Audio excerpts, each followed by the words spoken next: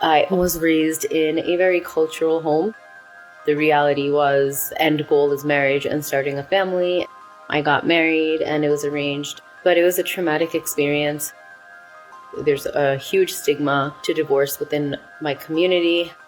I thought that it was a no-brainer because I had all this evidence of how horrible he was to me, and I thought all I have to do is show this to somebody and they'll annul my marriage. I realized that there's a difference between having rights and having the ability to exercise those rights. I did find a scholar in California that did ultimately annul my marriage, but the entire experience is what led me to want to go to law school.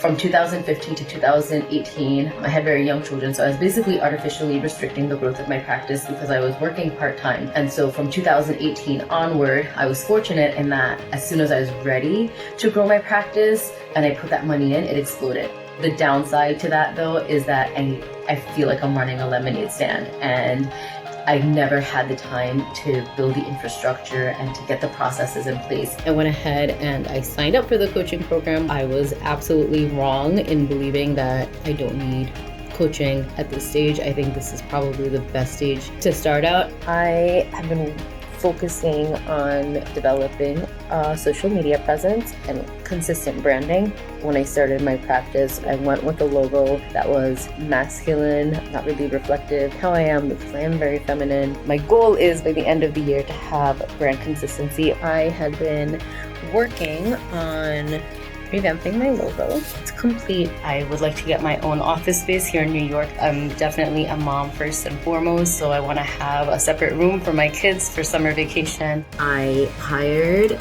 someone new, and so basically I went from being on my own in August to now I have 3 employees, and I no longer have a lemonade stand because lemonade stands don't have employee handbooks. We had ordered personalized charcuterie boards. They were personalized with the names of referral partners or clients that we were sending them to.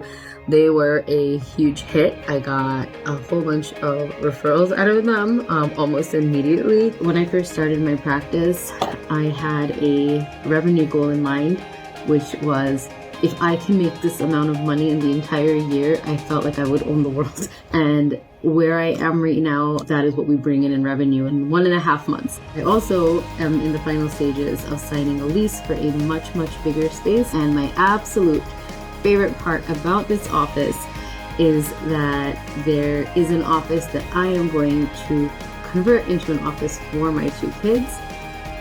They can come into the office with me and they can spend time and we can have lunch together.